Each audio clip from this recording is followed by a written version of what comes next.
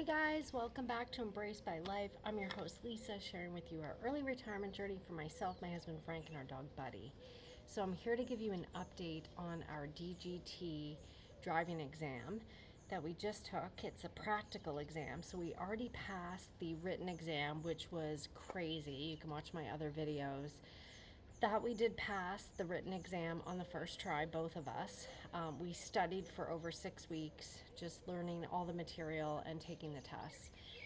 The practical exam, luckily I'm happy to report that I passed today, but my husband Frank did not pass. So I'm going to talk to you a little bit about the watch outs for the practical exam and what happened with Frank today. So one big watch out with the practical is that you need to make sure that you stop for 3 full seconds. And when I say 3 full seconds, I mean 3 long seconds. So that's counting 1,000, 2 1,000, 3 1,000. And in some cases, you have to do that twice. So in this case, as the exam started, he had to make a right turn and stop. And he had to do 1,000, 2 1,000, 3 1,000 twice. He did it the first time. The second time, as he crouched up to get more visibility, he did almost 3 seconds. It was like at the tip of 3 seconds, and I thought it was fine, but the examiner immediately said, make a right turn in Spanish, had him turn around, had him back into a parking spot, which I thought, well, maybe he's just having him park first because I go second. And at that point, he said, I'm sorry, it's an immediate fail. So very disappointing because my husband is such a better driver than I am. And he grew up in New York City and has driven in the city for years. So I was extremely nervous. I'll tell you about my exam. I did pass. However, it started with them checking our IDs and asking a few questions. And by this time, they checked my husband's ID first. He got in the car. I was at the back of the car with the examiner, and he was asking me a question that I had no idea what he was asking me. And I said, I don't know. I'm not sure. And I think he might have asked me, are you from the US? But honestly, I'm not sure if that's what he even asked me. To this day, I will never know what he asked me.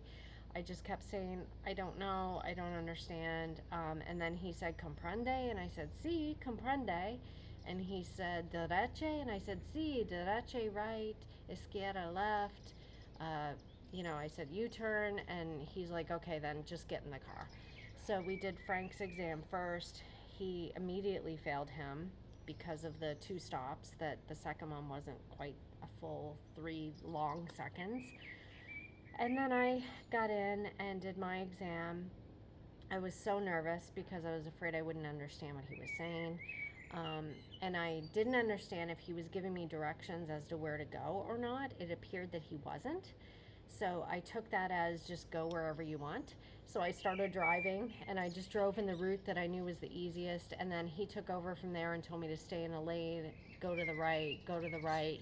There were a lot of people trying to cut me off, and obviously I knew enough to, slow down and let them go. And because he saw that I was defensively driving, he passed me with 0 errors, which I honestly can't believe. I think he gave me a break.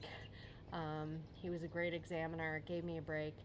He did fail Frank, obviously. He's got to go back in about 15 days to retest. He's going to have 2 more driver's lessons. We both had 6 lessons, and the lessons were really good. They were hard.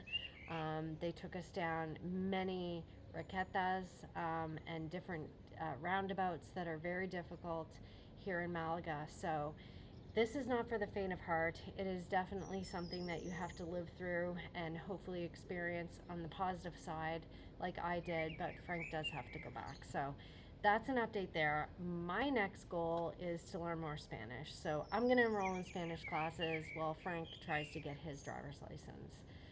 The good news is at least I can drive our car legally, and Frank will continue to test drive and get his exam retaken as soon as possible. So that's where we're at. This has been crazy. I've mentioned this before, but if we knew about this whole process before we came here, we may have rethinking coming to Spain entirely. It's been the most grueling process that we've had to endure. It's taken up over 2.5 months of our time. We are moved into our new home.